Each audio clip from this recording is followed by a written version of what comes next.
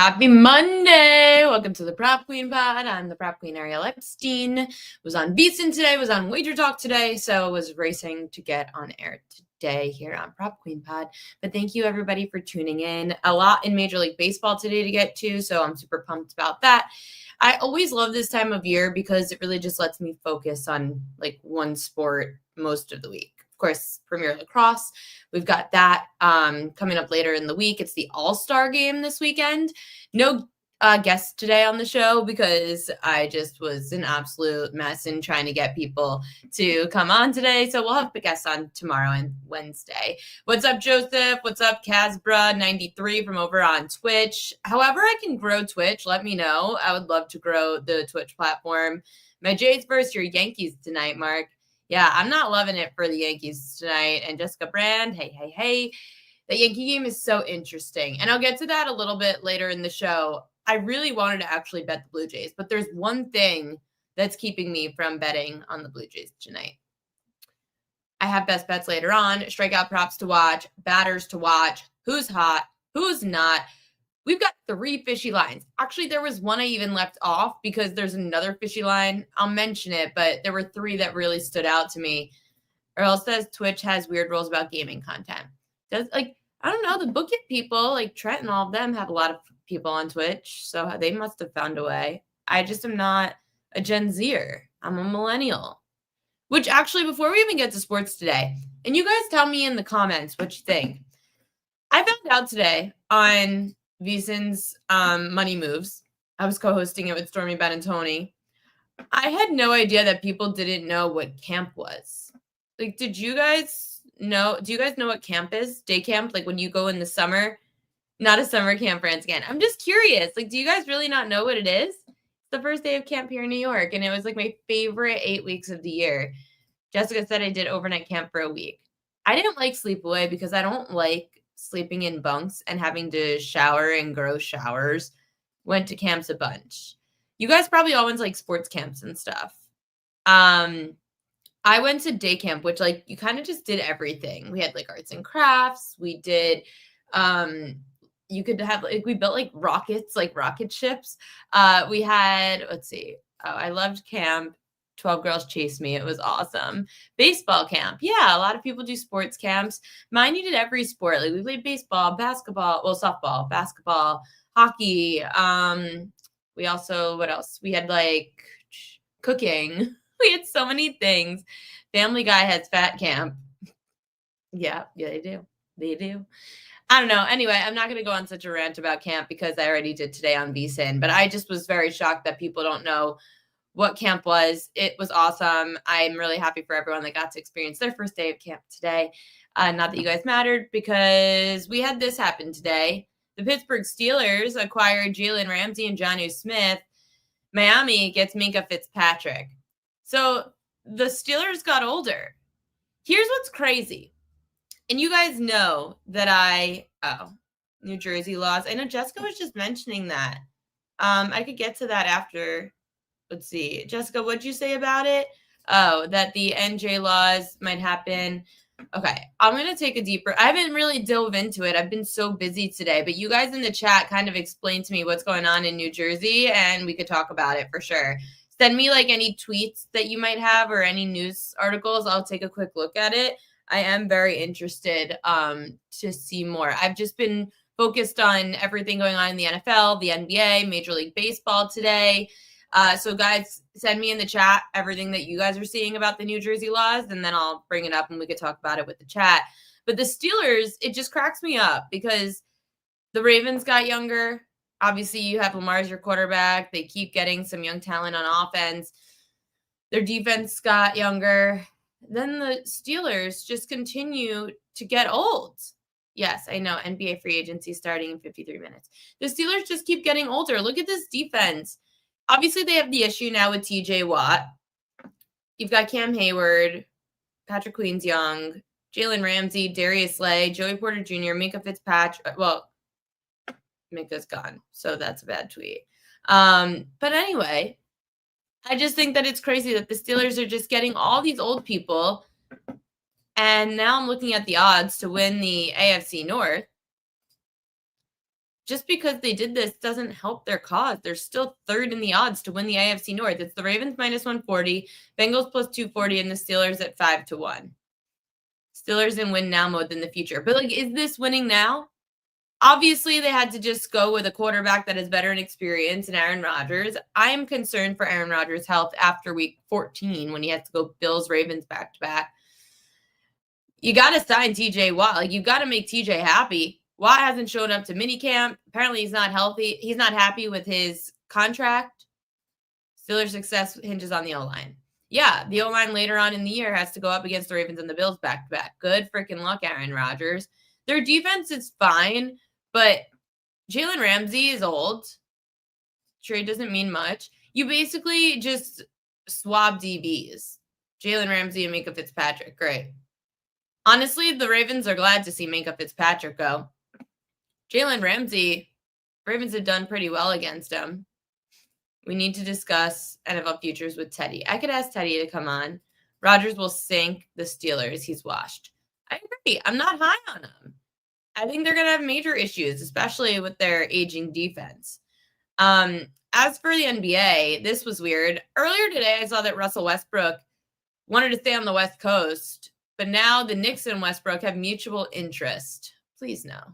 We don't need that.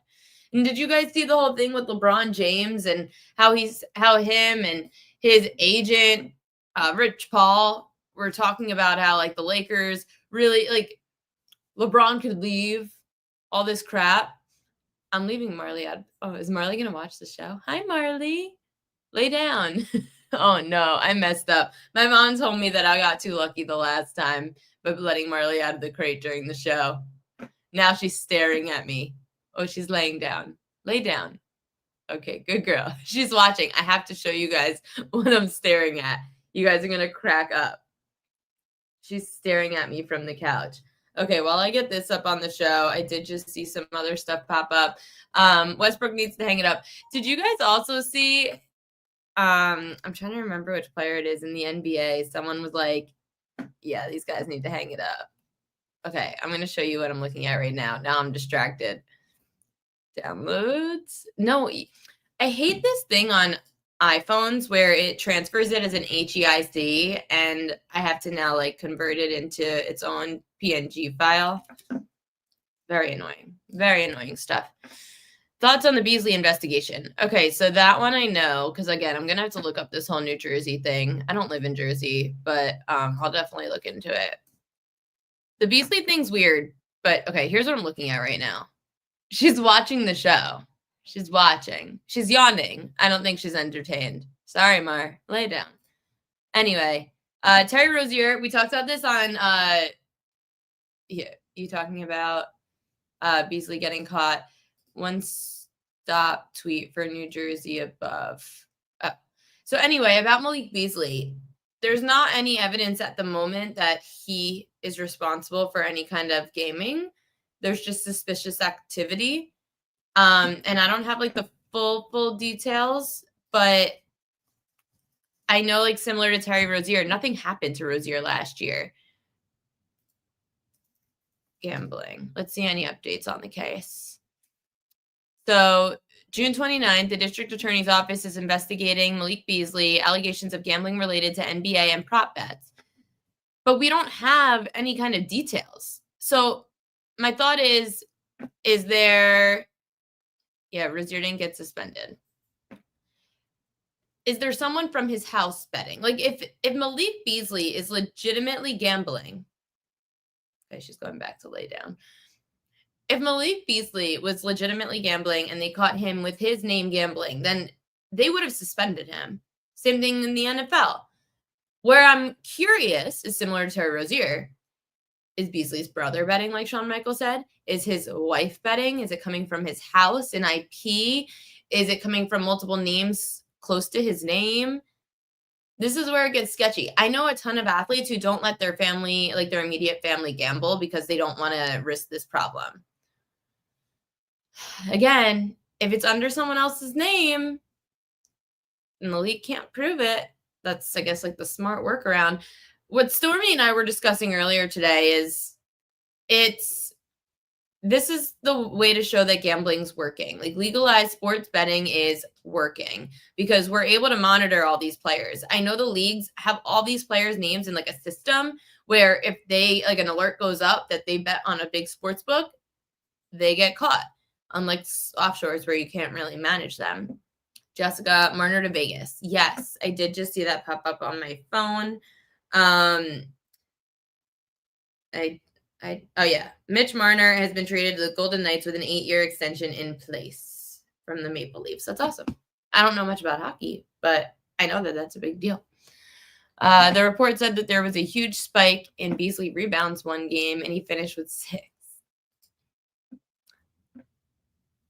I can't go around and like suspecting all these things. I'm not going to like accuse him. I don't know any better. I don't know what he was doing.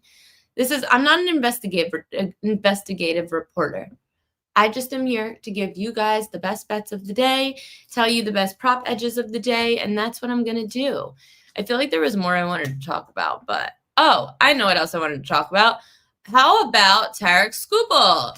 Tarek Skubal, unfreaking real.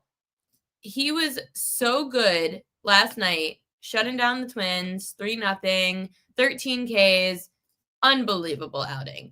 And yesterday it was standing room only, which is incredible. So I'm happy the Tigers, for the first time since 2017, got to host their Sunday Night Baseball, and their ace came through in the clutch. And the scheduling worked out for Tarek Skubal to be the starter. Because how many times do we like have all this hype into something and then like you get some dud as a starting pitcher? Thank God it worked out in the scheduling to be able to do it where the ace gets to pitch in a huge game for the Detroit Tigers. And congratulations to Shawn Michael and his Tigers. You guys are World Series contenders for sure. I just want to get you guys at 10-1 before I bet it. I've got you guys to win the division. I'm hyped about that, but I need more. I'm greedy. Might not go the whole hour today, but I will definitely give you guys some of the best props to look for on the board. Let's start with... I'm like looking through Twitter to make sure I'm not... Oh, Tom Vecchio gave out... Go check out Tom, by the way. He has a 2-hit parlay that he loves to give out for -110.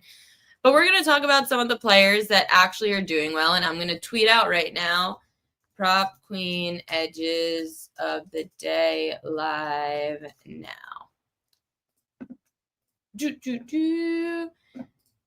If you bet money line for Tigers every game, you'd be up $2,800 betting $100 a game.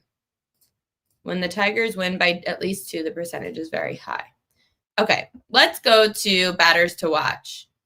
We have a lot of unders today. We'll start with some overs. So these are the matchups to watch in Major League Baseball. Vladdy Guerrero Jr. has great numbers against Carlos Rodon, hitting .667 with 2 doubles and a homer. Bobby Witt for the Royals, he's hitting .444 with 2 doubles against George Kirby. And Bryson Stott, 4 for 6 with 3 doubles against Matt Waldron. Unders. So these are the matchups that these batters have bad numbers against. Nolan Arenado, 0 for 9 with 2 Ks against Andrew Heaney. Ketel Marte hitting .208 with 2 doubles, 8 Ks against Logan Webb. Geraldo Perdomo hitting .111 with a double and 4 Ks against Webb. Paul Goldschmidt hitting .205, 9 for 44 with 20 strikeouts against Max Scherzer. Cody Bellinger, 118, 2 for 17 with 9 Ks against Scherzer. Cal Raleigh, he's actually 0 for 10 with 3 Ks against Michael Wacha, despite him being one of the best hitters in baseball right now. Manny Machado hitting .158, 3 for 19 with 3 Ks against Zach Wheeler. And Luis Arraez hitting .167, 2 for 12 with a double and 1 K against Wheeler. Sean wants to know, Jessica, can you find out what the unders on Sunday games are for the year?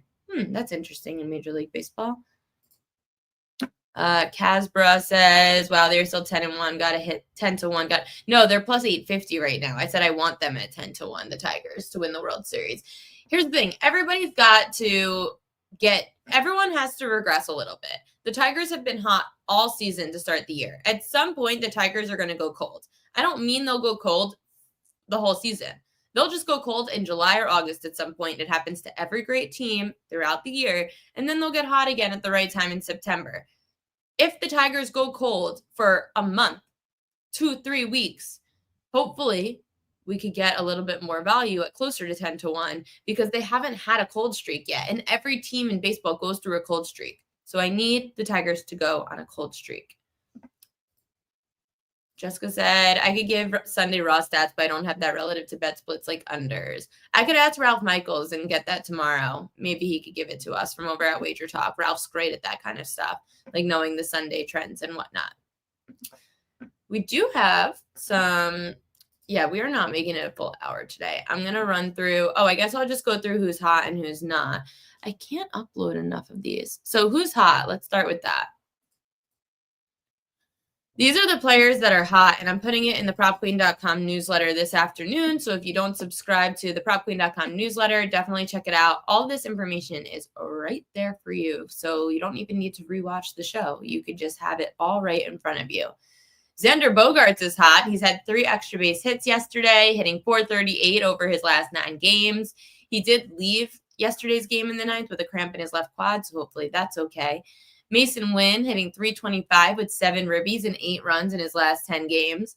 Tommy Pham, he's driven in a run in his career best 6 straight games.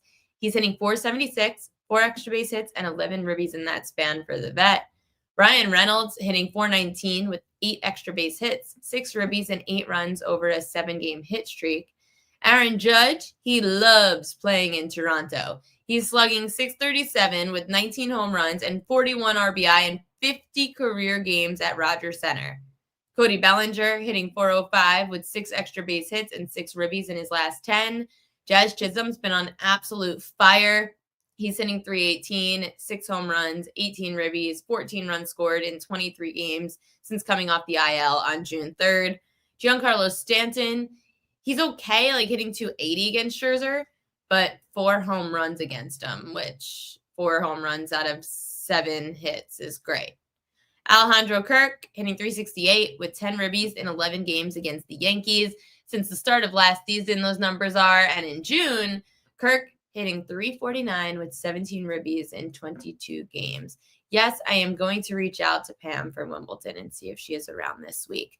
Before I continue with more batters to watch, that's one other thing I wanted to say, actually, that Wimbledon, it's awesome because it's like the Australian Open. When I'm up early in the morning, I can watch sports. I love waking up in the morning and getting to turn Wimbledon on right away. The matches start at 5 a.m. Eastern. We had some big names on this morning, a big upset with Medvedev going down. So love the tennis on in the morning. Weather in Philly tonight, also fireworks night. I hate fireworks, by the way. I hate fireworks as much as I hate peanut butter. Ugh. Bo Bichette out for the game tonight. Okay, Bo Bichette's out according to Sean Michael.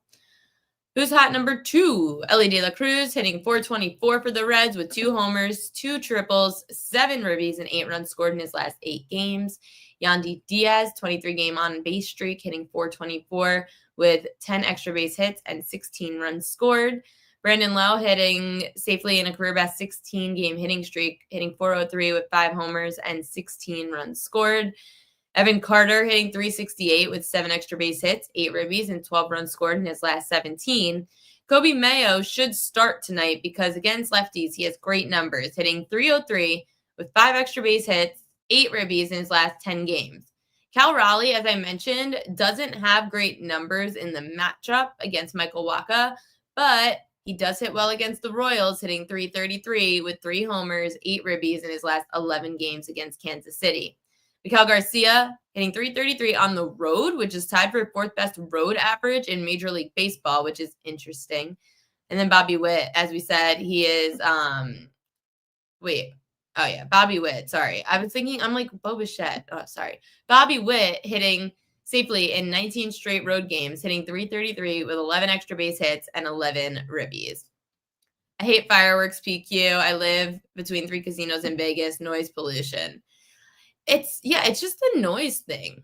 Wait, not to be off topic, but is there a storyline behind not liking fireworks and peanut butter? I just don't. So my biggest flaw, according to most people, is that I hate peanut butter. I just hate it. I don't like the taste of anything with nuts, and people think that I'm weird because I don't like peanut butter or nuts. I also don't like fireworks. And people think that it is amazing that like fireworks are gorgeous. I sit there like this. I was at Disney World with my brother, my sister, my parents. Everyone at Disney, all the kids, the 5-year-olds, are staring up at the sky, so happy to see fireworks. There's me at the time, like 22 years old, like ears closed. If there's fireworks at a game, like a football game especially, like MetLife, they have the fireworks during the anthem. I stand there the whole anthem like this. Can't do it. Are you not coming to Ireland? I am not. I'm poor. Like, I can't afford to go to Ireland, unfortunately. Starting my own business has been a grind, and we still aren't making money for this show yet, but we will soon. Pikkit's paying us a little bit, but Pikkit pays us more if you guys download the Pikkit app using promo code PropQueen, and then I make a little bit more money. But I really don't make anything for doing this yet. I've essentially been unemployed for months, so I can't afford to go to Ireland, unfortunately. Kelly in Vegas is coming to New York, though, because she misses, sync your sports books. You have to use promo code PropQueen, download Pikkit, sync your sports book, and then I got a little bit back. So I appreciate you guys if you do that. It's free. It's literally free, and you can just track our bets. I hate Taco Bell too. I don't even know what Taco Bell tastes like, to be honest. So I can't hate it. I just don't like it. Why doesn't Kelly put you on the payroll? I do get paid by Wager Talk, but like once a week, a little bit. It's not that much. But I've like made money here and there from VSiN and Wager Talk. I'm just grabbing whatever I can, working whatever gigs I can, because ultimately the goal is to get the Prop Queen up and running as a successful show, successful business.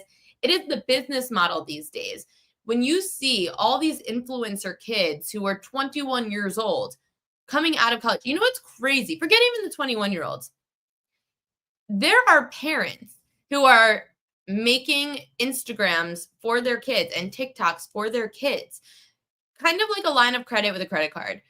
My parents got me a credit card when I was in college because they wanted me to build a line of credit from a young age, and they paid the credit card, but it was in my name kind of thing, and we worked up a line of credit.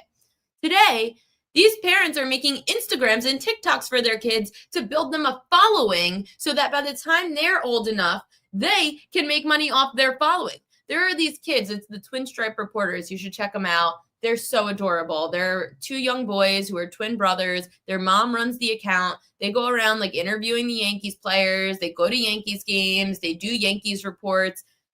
I don't even know how old they are, but they're young boys. Their mom has 11K in followers already for them. Like, good for you. That's the new way to create like a line of credit, is now building a following for your kids on social media. It is crazy.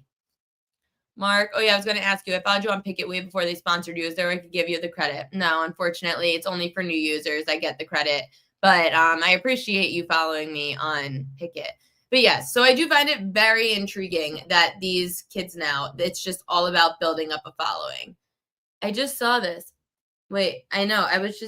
The Knicks will have Mike Brown, the second meeting for their head coaching gig. Okay, we'll see what happens. Whatever the Knicks do, it's probably going to be a disaster. That's just the way the Knicks roll. I've got to add these leftists using kids as propaganda. It's funny. Let me get who's not hot in Major League Baseball right now. Who's not hot? Manny Machado is not hot. He's gotten hitless in 5 of his last 8 games, going 4 for 31. Red Sox, Jarren Duran, 5 of 30, no ribbies, no stolen bases, 8 Ks in his last 8 games. Jacob Wilson, just 1 extra base hit and 3 runs scored in his last 13. Free agency in 33 minutes. We are so close to free agency in the NBA. Who do you guys think is going to be on the move? Write it in the chat. We could talk about it. I should be what I'm going to do right now is snapshot the NBA futures. I'm going to NBA champions snapshot on FanDuel. This way we could see if any big trades go down, how the numbers move. I can't believe the hate that some of these teams are getting. I still think there's decent value on Dallas, but we'll see what happens. LeBron ain't going nowhere, so I'm curious about Giannis. Right now, the Milwaukee Bucks are 90-1 to win the NBA Finals, which tells you all you need to know that it seems Giannis is leaving Milwaukee. I'm very curious what's going to happen there. Cavs 6-1, Rockets 9-1, Knicks plus 950, Magic 13-1. Something about the Magic just rubbed me the wrong way, though. Minnesota 14-1, Lakers 15-1, Denver 17-1, Celtics 18-1. Obviously, no Jason Tatum. Clippers 24-1, Warriors 29-1, Spurs 30-1 is interesting. Yeah, Greek Freak gone. The way LeBron's contract is phased, though, makes me think he's potentially going to wind up in Cleveland again, not immediately, but medium term. This situation annoys me. Obviously, this is a complete power trip with the Lakers because LeBron and his agent are all like, oh, the Dodgers ownership came in and bought the Lakers, and now we need to make sure that we sound like we are in control. This is ridiculous. First off, apparently it's one of the first times LeBron's been in the last year of a contract because he never gets to that point. Jessica, do I believe there's a chance LeBron goes back to Cleveland at some point to finish his career? I wouldn't be surprised if that was the case. Marley's moving. Oh no, Marley's on the move. Marley, go lay down. She just flopped off the couch. I don't know what she's doing. This isn't great. Now she's laying on the floor. Okay. I don't know why she's doing that. Marley moves. I know I have to watch her like a hawk. I don't know why she's laying on the floor, though. That's weird. She doesn't do that. Knicks are the only team you know. They're going to do a trade, and the East is wide open. Pistons 60-1. Sean, you can't. Marley hates fireworks. Yeah, we're about to find out. It's her first 4th of July. We're going to see. LeBron needs to buy Las Vegas Raiders. What? Or bring the NBA to Las Vegas. That sounds like a horrible idea. Okay, back to Major League Baseball. We have some fishy lines.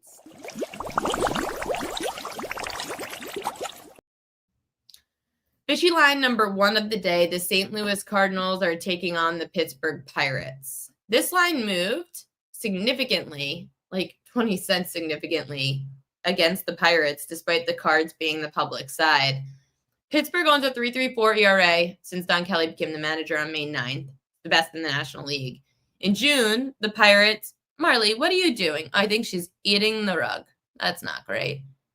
Hi, Marley. Go lay down. My mom's going to be so mad at me for letting her out of the crate while I'm on the show. Now she's a distraction. Okay, this isn't great. So Pittsburgh owns a 3.34 ERA since Don Kelly became manager on May 9th. It's the best in the National League. Marley, what are you doing? Oh, God. The Pirates, they own a 2.54 bullpen ERA, which is 3rd in all of baseball. The Pirates have gone 5 of their last 7, hitting .327 with 27 extra base hits. Cards righty Eric Fetty, he's 0-4 with a 4.39 ERA and 8 starts since May 9th. That's your first fishy line. How would I play it? I would look at like some kind of team total under when it comes to fading the Cards. Yeah. What is this dog doing? Marley. Oh, boy. I might have to pause the show and put this dog in a crate. That is not good. She is about to rip a pillow. 1 second, please. Marley. Come here. Come. Okay, maybe she'll do better in here. Does everyone want to say hi to Marley? Lay down. You want to say hi? Come here. Everyone say hi to Marley. Say hi. She wants to be on TV. She's a celebrity. She's a little hottie. We walk around the city all the time together and everyone compliments her. This is going to be a big mistake. Never again. She was sleeping for the last hour. I was so excited that she was going to be asleep. But nope, she did not. I'm going to leave this up real quick and you'll see the fishy line. Hold on 1 second. She's going right in a crate. My mom's going to be so mad. Please pause.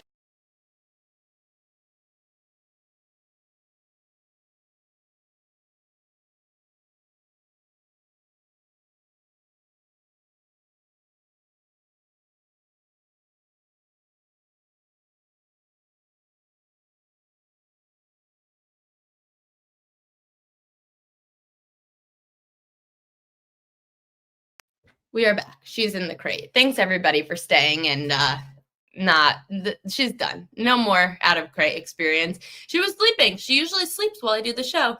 Now she was eating everything. We're going to fishy lines. Second one of the day, Cincinnati Reds at the Boston Red Sox. This one's very interesting. You guys know. And yeah, Casbra says that's an interesting fishy line. When the line is moving 10 to 15, 20 cents against an ace, that especially an ace at home, big problem.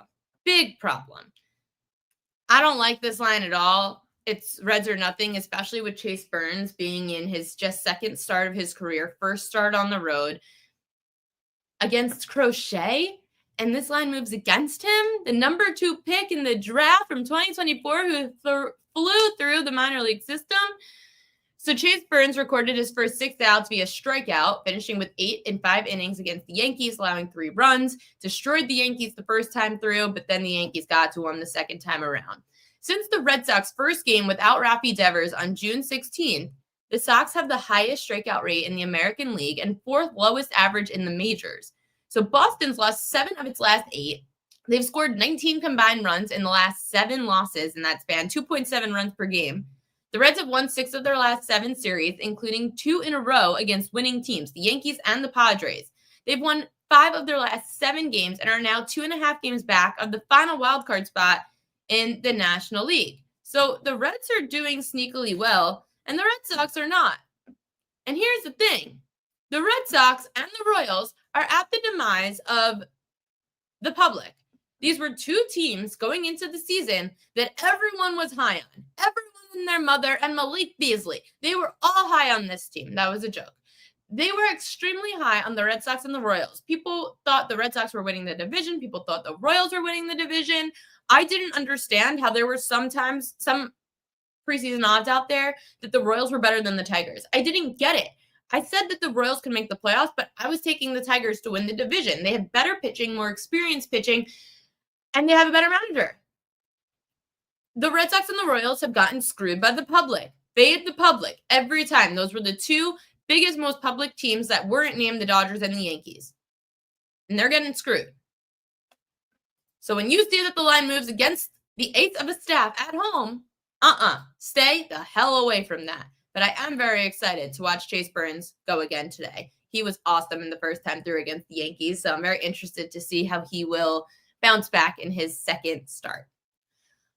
This is the last fishy line of the day, and then I'll talk about the one off my card that, well, this isn't on. I just rephrased that wrong. There was one other fishy line after this that I'll get to. That is why I didn't talk about, whatever. We'll talk about it in a second. Giants Diamondbacks. This is probably my favorite fishy line of the day. I can't believe when I was looking at Ryan Nelson, the starter for the Diamondbacks, this dude has not given up more than 1 run in a home start since opening his first start of the season. That's crazy. Since his season debut. The Diamondbacks, I don't trust them full game because their 8 losses when leading after 7 innings is the most in Major League Baseball. However, in the first 5 innings, getting Ryan Nelson at home and this line move significantly against Logan Webb, whose ERA is worse on the road. Webb's ERA goes up from a 1.52 at home to a 3.75 on the road. The Diamondbacks average the second most runs per game at home this year at just over 5 runs a game. I like the D-backs. I would go D-backs first 5. I saw that like plus 115, D-backs first 5. Maybe D-backs team total over, but I like D-backs first 5. I trust, or Giants first 5 under. I trust Ryan Nelson at home. I think he's great, and that one's definitely fishy.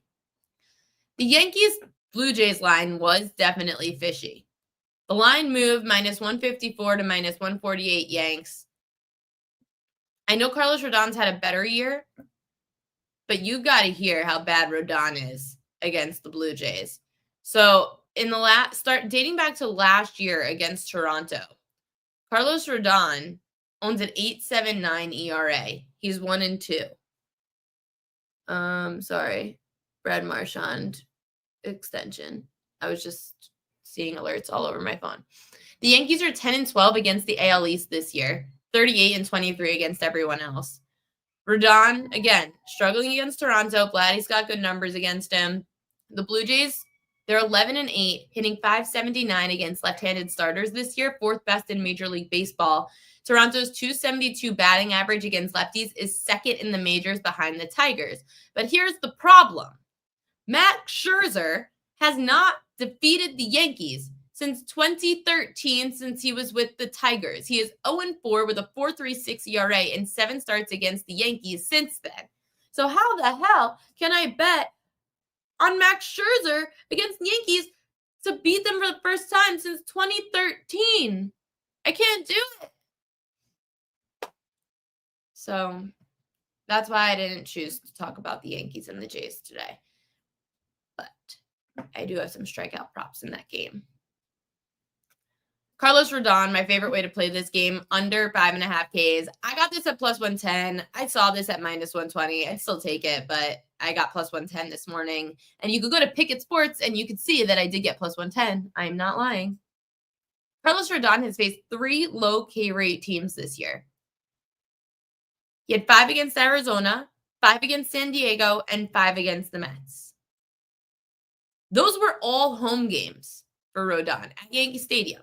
This is Rodon's first game on the road against a low K rate team. And we're not just talking low. We're talking low. 12 of the 19 lefties to face the Jays went under their K prop, averaging 3.9 strikeouts a game. Lefties, 9 of the last 10 have gone under against Carlos Rodon. Jessica said Rodon play was something she almost gave in the newsletter this morning. Rodon minus 120 on Hard Rock. Jessica Brand did talk about, right? You had Scherzer in the newsletter today, Jessica, right? Let me see. Yeah. Jessica talks about Max Scherzer in the newsletter today. But Rodon, she said, is her third favorite prop today. Like the under. I always get texts from Jessica likes Mad Max over. I'll read you why. So on the newsletter today, Jessica said, and again, you could always find Jessica's favorite props of the day in the newsletter every day. So Jessica said, Mad Max over 5.5 Ks plus 114. Certainly a sample size to work with. I think this number is way too small. Would make it more 6.2 here.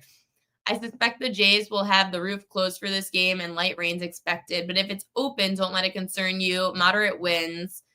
By something more known, unlike the roof status, pitch mix. Scherzer throws 4 pitches at 10% or higher usage with a 4-seamer, curve, change, and cutter. Against these pitches from righties in 2025, the Yankees have a 21.4 K percentage. I know that doesn't sound high, but in this case it is. It's just outside the top 10 at number 11. For context, the Braves at number 10, they have a 21.6 K percentage. So Jessica says she has to think that they'll want to stretch Scherzer out pretty quickly, both because of age, but also the fact the Jays are contending. They need to know what they have with the guy fast. And I think the Jays, let me look at their bullpen real quick. Yeah, the Jays utilized a bunch of arms in the last 2 days. They used 4 bullpen arms yesterday, 3 the day before, but 1 Paxton Schultz went on the IL. So Mason Flaherty, Braden Fisher threw almost 30 pitches on Saturday. And then yesterday, Nick Sandlin, Yariel Rodriguez, Jeff Hoffman, and Brendan Little threw close to 20 pitches. So maybe they let Mad Max go a little bit because of the pitching and the bullpen. So Jessica likes Mad Max over. Sean says Max is on a pitch limit. He's not the same. 80 pitches. Hey, to each its own. Jessica likes the value on the over. I like the value on Trevor Rogers. I know that this is insane because it's Trevor Rogers and he has sucked for a long time. He's looked better, though. Trevor Rogers just faced the Rangers in his last start. He went 8 innings. He only got 4 Ks. But we're getting plus money to the over, and the book never adjusted any kind of line. It's not like they dropped him to 3.5. That would be fishy. The Rangers have drastic lefty-righty splits. Lefties, 14 of the 19 to face Texas have gone over their K-prop, averaging just under 6 strikeouts a game. 8 of the last 10 lefties to face the Rangers went over 4.5 Ks. Rodgers had one other start this year against a team with a high K rate against lefties. Rodgers had 5 strikeouts in Boston in 6 1/3. I always say this, when something should have happened that didn't happen, like his last start against the Rangers where lefties mostly go over 4.5 Ks, my thought is Rodgers should go over the second time around. Like whatever doesn't happen in game 1 should happen in game 2. And the Rangers strike out a lot against lefties. Trevor Rodgers has done well, and he's up against Patrick Corbin. So this could just be 2 pitchers who are trying to not be the worst. But the total did drop from 8.5 to 8. So maybe Rodgers does have a good game. Another one is George Kirby, under 4.5 Ks. This one I like the least, honestly. He's at home. If he was on the road, it'd be different. But Kirby has faced 3 other low K rate lineups. He had 4 against Washington, 3 against Chicago, and 3 against Minnesota. For the plus money to the under, it could be worth it based on how bad he's been strikeout-wise this year, Kirby. The Royals are averaging 3.9 strikeouts a game against righty starters, 39 unders, 26 overs. 8 of the last 10 went under 4.5 Ks against Kansas City. So George Kirby has some decent value there to the under as well. Jessica said I have him modeled in the 80s for pitch count. Big part of what I do. Sean brings up a super solid point about the Scherzer pitch count. Well, I can't bet it because I don't like betting on guys off the IL. But if you do like it, all the power to you for that value. Did I put Royal Locks in here yet? If anyone else, I know that we do have some rumors going around with some NBA stuff. Let me see. Just before I sign off or anything with Royal Locks, if there's any breaking news. Marley has taken over. Thanks, Florida Buckeye. Yeah, Marley did take over the show. She made me leave. So for anyone that missed me being an idiot, I love that everyone's tweeting at this right now. Whatever. It is what it is. We're all just having a good time. Kirby went under off the IL. Right. And now he's been back. So this could just be too low of a number. I'd like the 5.5 better. Marley is re-signed to a lifetime contract with Ariel's apartment. Marley is now stuck in the crate until further notice. She has to be like a year old. Good value PQ in your plays. Thank you. I hope that at least if we hit 2 of 3, that'd be great. But I like Carlos Rodon. I like Trevor Rodgers. I like George Kirby. Small slate, but we got lucky with a lot of plays. Usually it sucks having a short slate like this. But we had a bunch of fishy lines, and we have a bunch of strikeout props. Time to get Marley a brother? Absolutely not. Marley goes to my parents' house when she needs a friend, or we go to the dog park. Actually, it's funny, at like 8 p.m. at the park near me, you're allowed to be off leash. So all of the dogs go to the park at like 8:30, and we all like get to play. And the funny part is I don't know any of the owners' names. I just know the dogs' names. We have a blast together. No, you don't like home run props, but Vlad for Dinger isn't a bad play. Vlad for a Dinger isn't a bad. I agree with that, Earl. I think Vladdy's numbers are really good against Carlos Rodon and good against lefties, and he's at home. I don't mind that play at all on Vladdy. Giancarlo Stanton also is a decent play for a home run. Why don't New York people go to Central Park? They do, but it's just a little far from me. Time to get Marley a kitten? I'm allergic to cats. Absolutely not. Trevor Rodgers barely strikes anyone out and gets no innings in his starts. That's actually not true, announcer guy. True. Because if you look at his last few starts, he actually went 8 innings against the Texas Rangers. And he went 6 1/3 against Boston. It was just the start against Tampa that Trevor Rodgers went 2 1/3. But he's gone at least into the 7th inning in 2 of his 3 starts, Rodgers, since coming back from the minors. So he does get innings, and he's been pitching better. And again, he's up against Patrick Corbin, so it's just like a battle for the worst. I had under in that game, 8 innings, huge sweat. Exactly. But that's what I'm saying against the Rangers this time around, seeing them a second time. I know it usually benefits the hitters, but in this situation, I like it a lot for him to go over. It's a plus money play. Like, it's a good value play because the Rangers strike out a ton against lefties. And it's not like he's up against some ace that the Orioles might not get runs on him. The Orioles could very well get runs on Patrick Corbin. And that just keeps him in the game longer, Rodgers, if the Orioles score runs and they don't need to go to the bullpen right away. Another thing, too, to keep an eye on for today's game, I didn't love the line move either in the Rays Athletics game. I just don't have enough on Jacob Lopez to trust, but I know he's been doing well. But the line also moved 10 cents against the Rays today. This looks like it could be a slugfest of some sorts. Remember, there are the A's give up a lot of home runs, especially in their park, but the Rays also allow a lot of home runs in their park, their 2 minor league parks. I have some numbers on the Rays game. One thing to look out for, too, is Jeffrey Springs is going to face his former team tomorrow. So a lot of players are really excited to face Springs on, now that he's on the A's, but they want to, the Rays players, he used to play for Tampa. A lot of players are excited to face him for the first time. Let's see. Jacob Lopez.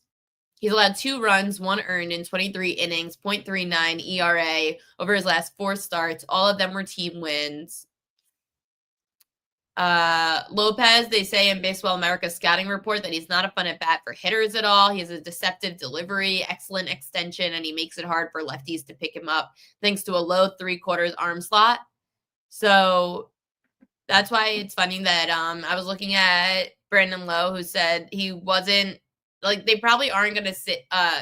Brandon Lowe's not going to face Lopez probably. He's hitting 175 in 63 at bats against Southpaws this year. So if he does play, keep that in mind.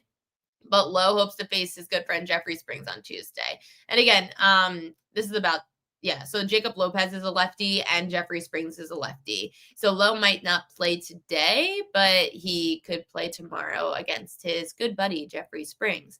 But anyway, the A's staff has allowed an MLB worst 124 home runs this season, and Steinbrenner Field has surrendered the 3rd most home runs this year of any baseball park at 125. So you could look for some home runs in Steinbrenner Field. The Rays have won 16 of their last 21 at Steinbrenner Field, hitting 32 homers, averaging 5.8 runs per game in that span. But I just am struggling with the line move. Maybe you get an over in that game. Rodon over 4.5 hits is a bit pricey, but well worth a look. As an Orioles fan, I hope you're right, but historically, he doesn't pitch late into games. Yes, I know. But he's been better, Trevor Rogers. He's just been better. It is 5:51. So let's get to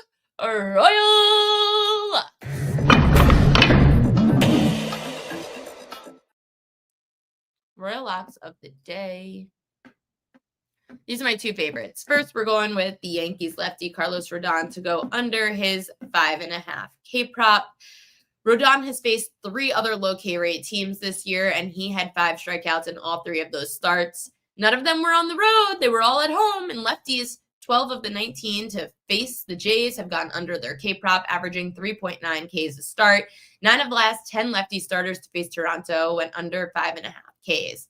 My fishy line that I love, Giants at Diamondbacks. I'm going to back Ryan Nelson here and take the D-backs on the first 5 money line around plus 114, plus 115. The D-backs are averaging the 2nd most runs per game at home this year behind the Los Angeles Dodgers at just over 5 runs a game. Logan Webb, who's starting for the Giants, his ERA goes up from a 1.52 to a 3.75 on the road. And Ryan Nelson, the Diamondback starter, has not allowed more than 1 run in a home start since his first start of the year. So until that trend dies, this fishy line moved in favor of Arizona despite the public on Logan Webb and the Giants.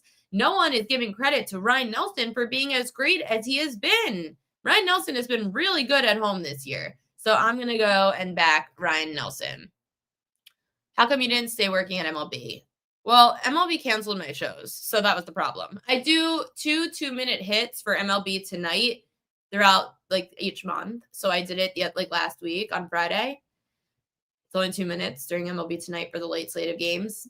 They canceled Off Base. They canceled High Heat. So that leaves Ariel with nothing.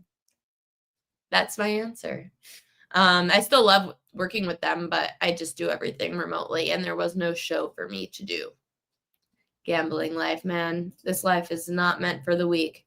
Rogers went in innings last game. Carlos Rodon is a great play. He will easily make it over the Ks you have listed. Okay, announcer guy Drew, if you want to fade all my plays, you could go fade them all. I don't care. I'm just here to give you guys some advice, the best that I can. I didn't know they canceled those shows, but it's awesome. You have your own show. Thank you. Jessica said, same reason I can't do research for them anymore. No more betting shows. No gambling life is not for the weak. Lots of cuts. We make it work. That's the thing. So when you continue to go back to the same thing over and over again, whether it's at work, whether it's friendships, relationships, it usually still doesn't work out. Like, you could keep going back all you want. And I was doing that, working with all these networks, working with all these sports books. And every time I kept going back to the same thing, I kept getting the same result, which was having to find a new job. And it wasn't because of me. It was just the industry. The sports betting industry, no one knows what to do with it. It's never going to get you as much money as the games do. MLB wants to air as many games as possible because that's what makes them money, is airing games, not as much daytime programming. TV has been dying. People don't watch it as much. Gen Z watches Snapchat and TikTok. It's the older generations that still watch TV. I still watch cable. I like watching cable and network TV. Most young people do not anymore. The world is changing. The media landscape is changing, and we have to adapt or retire. I really was not into this whole influencer thing. I went to broadcasting school. I wanted to go on TV for my career. That was my goal. Like, my goal was always Major League Baseball, TV. It had to change. As much as I didn't want my goal to change, because I loved going to MLB Network and having co-hosts and not having to do all of this on my own. Like, I produced this show. I edit the show. I cut for social media. I book the guests. I do the research. I'm the only person doing the prop queen. It's a lot of work. And I would love going to MLB Network and having a team that helps you. But the times have changed, and all these people have to adapt with it in the landscape for media. Newspaper people, like Earl said, as someone who was a writer for 20 plus years, I know the story well. People in the newspaper world realized things were going digital. People in the radio world realized things were going to TV. Now people in the TV world are realizing people are going back to digital and TikTok and Instagram and Snapchat. So I've had to adapt, and it's hard. And it's hard to change your dream when you don't really want to change your dream, but you have to. And I'm only 30 years old, so I can't sit here and say, no, I'm going to just keep trying to get a TV network job. It wasn't working. This is what's working, is creating your own media entity. And that's exactly what the Prop Queen is. Thank you guys so much for the support. I really appreciate it. Sean says he doesn't even watch X. I mean, he doesn't watch cable anymore. It's X and YouTube now. And I love to. On network TV, you don't get direct access to people. Network TV, it was fun for me. It was fun for me around my friends. You don't really get to interact with everybody. So I love that in the chat, we can all talk for an hour. I was nervous to come on for an hour with no guests today. And you guys in the chat just make it so easy. It's not professional. I'm throwing my dog in a crate while she's trying to eat my pillows. We're talking in the chat, having a good time, and that's why I got into this business. I got into sports betting because when I got into this in 2019, people always ask me, what was the thing that surprised you the most about getting into sports betting? It wasn't about like, oh, the wins and losses itself. It was the interactions that I had with people. If you're just hosting Sports Center, there's nothing that you're relating to that person on Sports Center. When we're riding and dying on best bets together and riding and dying on the Prop Queen pod and coming on the next morning pissed off or happy, we're bonding, all of us. If I meet you at a game, I know you because we talk every day. The same thing goes for the friends I made in the betting landscape. Me and Kelly didn't know each other. I flew to Vegas to meet her on a whim in 2021 after COVID. I didn't know anybody, but I meet all these people. And I think that that's the best part of being in the sports betting space. And that's why I enjoy it the most, because I just feel I'm sitting here talking to you guys in the chat as my friends for an hour, just talking all things sports. I'm sure tomorrow we're going to have a ton of stuff to talk about from the NBA. I'm sure there's a lot of trades going on because we start the deadline in like 2 minutes. And I know Sean's going to switch over to something else at this point. The biggest bet you took was on yourself and you won. Listen, I left New Bern, North Carolina in 2019 as a local sports anchor, and I had to shift gears to something else because I wasn't getting hired in 2019 by anybody. I couldn't get a job. I found sports betting, created the sports betting stuff, created the Prop Queen name, and now we have to reinvent again. But all you guys are along for the ride with me. The gas station bets, doing the NFL drafts, seeing me, the first FanDuel-sponsored show when I was with Sports Grid, first time on MLB Network, first time on NBA TV. So for you guys who have been along for the ride, I appreciate you all. I used to work in New Bern. Me too, but it's WCTI is where I work. The sports betting thing is a full-time job. Of course it is. I wasn't getting anything in Rhode Island. That's where I'm from. Made a model of projection for sports. Here I am out in New Jersey. See, you guys get it. Everybody gets it. We all got to live in the grind. We all have to adapt or retire.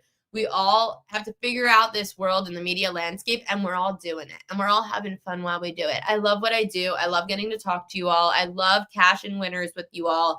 I appreciate everybody for joining in on the chat and dealing with me today, dealing with the Marley fiasco. Please, if you ride, good luck. We have other stuff too. The PropQueen.com newsletter. You could go check it out. My long list is on there. Fishy lines are all on there. Who's hot, who's not's on there. The batters to watch. Jessica Brand's favorite props are all on there. That's the PropQueen.com. Basic or premium subscriptions. You could get that. Pikkit Sports. You could download the Pikkit Sports app. You download it, you sync your sports book, and use promo code PropQueen. It's free. Follow along at Ariel Epstein. You can follow all the bets that I actually bet. Producer Dan on the show. Maybe this week for Premier Lacrosse, we'll get Producer Dan on the show. Thank you guys. See you guys tomorrow, 5 to 6 p.m. Eastern time. I'm going to try to get Pam tomorrow to talk Wimbledon. I know Coach is going to come on Wednesday, so we'll definitely talk with Coach on Wednesday about NBA stuff, WNBA action. We have a huge slate of games on Thursday. Thursday might be a condensed show because I have to get Marley to my parents' house. I need to take an express train, which leaves at 6:20, whatever. No one cares. Emma on Twitch. Hello, Emma. I'm trying to build Twitch. So if anyone knows how to build Twitch, let me know. Let me know. Good luck to all your bets today. Thank you for tuning in to the Prop Queen Pod, sponsored by Pikkit Sports. We will see you again tomorrow, 5 p.m. Eastern time.